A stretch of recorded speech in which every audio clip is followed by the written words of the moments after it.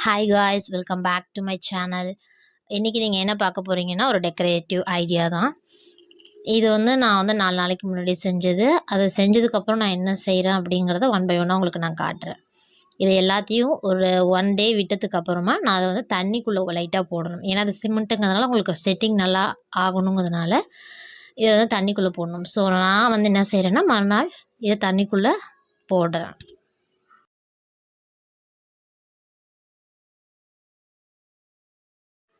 நான் என்ன பண்ணேன்னா, இது 1 விட்டு 1 நாள் காய வச்சு எடுத்தேன். மறுபடியும் தண்ணிக்குள்ளே போடுவேன், மறுபடியும் காய வச்சு. ஸோ 1 ஆர் 2 டேஸ் வரைக்கும் நான் இதை யூஸ் பண்ணதுக்கப்புறம் நான் நார்மலாகவே இதை எடுத்து வெளில வச்சுட்டேன். அந்த அளவுக்கு நான் இதுக்கு எஃபோர்ட் போடலை. இது எதுக்காக தோணுச்சுன்னா, ஏதோ ஒரு இந்த டெக்கரேஷன் ஐடியா எனக்கு எப்படி வந்துச்சுன்னா, எங்கள் வீட்டில் ஒரு கொத்தனார் வேலை செய்யும்போது ஒரு பிளாஸ்டிக் மூடி எடுத்து ஒரு மோல்டு செஞ்சாங்க. அது பார்த்துட்டு அது டிசைனுக்கு வைக்கலான்னதுக்கு அப்புறம் தான் எனக்கு யோசிக்க தோணுச்சு. ஓகே, நம்மளும் நிறைய டிசைன் பண்ணால் என்ன, நம்ம கொஞ்சம் நமக்கும் என்டர்டைன்மெண்ட்டாக இருக்குமே அப்படின்னு சொல்லிட்டு, மழை நல்லா பெய்கிற மழை அன்னைக்கு தான் என்ன செஞ்சேன்னா, இதை நான் வீட்டில்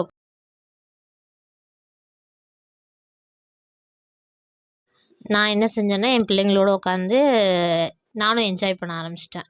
இந்த மாதிரி கேக் மாதிரி தானே இருந்துச்சு. ஸோ நான் பிஸ்கெட் செய்கிறதுக்கு வச்சுருந்த மோல்டு, அப்புறம் இது மூன் கேக் செய்கிற வச்சுருந்த மோல்டு, இதெல்லாம் யூஸ் பண்ணி நான் என்ன செஞ்சிட்டேன்னா, இந்த மாதிரி க்ரியேட்டிவாக யோசித்து கொஞ்சம் செஞ்சு வச்சேன் சிமெண்ட்டில். இதை நான் எப்படி வைக்கணும்னு நான் பிளான் பண்ணுறேன் அப்படின்னா, ஒரு 5 to 6 inches கேப்பில் ஒரு ஃப்ளவரையோ அப்படி இல்லைன்னா ஹார்ட்டையோ அப்படி சேஞ்ச் பண்ணலாங்கிற பிளான் இருந்தேன். அதுக்கு நான் என்ன பண்ணேன்னா, சிமெண்ட்டை நல்லா பேஸ்ட் ஆக்கிட்டேன். இது கொஞ்சம் கல்லாக இருந்துச்சுன்னா நல்லாயிருக்கும், ரொம்ப தண்ணியாக இருந்துச்சுன்னா செவுத்துலேயே அப்படியே வலிக்கிடுது. இதை நான் ட்ரையல் பார்த்தேன். ஸோ அதனால் சொல்கிறேன், சிமெண்ட்டு வாட்டர் அவ்வளோதான். இது இருந்ததுன்னா கொஞ்சம் சீக்கிரமாக ஃபிக்ஸ் ஆகுது. இன்னொன்று உங்களுக்கு மணல்லாம் இதில் சேர்க்கணுங்கிற அவசியம் கிடையாது. நான் என்ன செஞ்சேன்னா, இப்படி ப்ளைனாக இருந்த பிளேஸை உங்களுக்கு நான் இந்த மாதிரி சேஞ்ச் பண்ணேன். அது எப்படி பண்ணேன்னா, இந்த மாதிரி தண்ணிக்குள்ளே ஃபஸ்ட்டு போட்டுக்கிட்டேன். இதுவே உங்களுக்கு கலவை தண்ணியாக இருந்துச்சுன்னா நீங்கள் என்ன செய்யலான்னா, டைரெக்டாக அப்ளை பண்ணலாம். கலவை கட்டியாக இருந்துச்சுங்கும் போது தண்ணிக்குள்ளே அந்த மோல்டை நம்ம செஞ்சு வச்சுருந்த அந்த டிசைனை தண்ணிக்குள்ளே வச்சு எடுத்துகிட்டு, அதுக்கப்புறம் நான் சிமெண்ட்டு மட்டும் வச்சு நல்லா செவுத்துல அமுக்கிடுவேன். அவ்வளோதான். ஃபுல்லாக வெளில எக்ஸஸாக வர பார்ட்ஸ் எல்லாத்தையும் நம்ம கையால் எடுத்துடலாம். ஸோ அது கொஞ்சம் ஈஸியான ஜாபாக தான் இருந்துச்சு எனக்கு.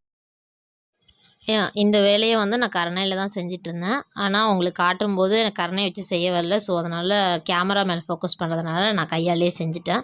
பட் மேக்ஸிமம் கை யூஸ் பண்ணாதீங்க. இந்த மாதிரி வலிக்கும்போது மட்டும், சைடில் உள்ளதெல்லாம் எடுக்கும்போது மட்டும் கை யூஸ் பண்ணிக்கோங்க. மற்ற டைமிங்லாம் கை யூஸ் பண்ணாதீங்க. ஏன்னா சிமெண்ட்டுங்கிறதுனால கை ரொம்ப எரிய ஆரம்பிச்சிடும். இப்போதைக்கு இவ்வளோ தான் நான் க்ரியேட் பண்ணியிருக்கேன். ஃபினிஷிங் அப்புறம் பார்க்கலாம். பாய். தேங்க்ஸ் ஃபார் வாட்சிங்.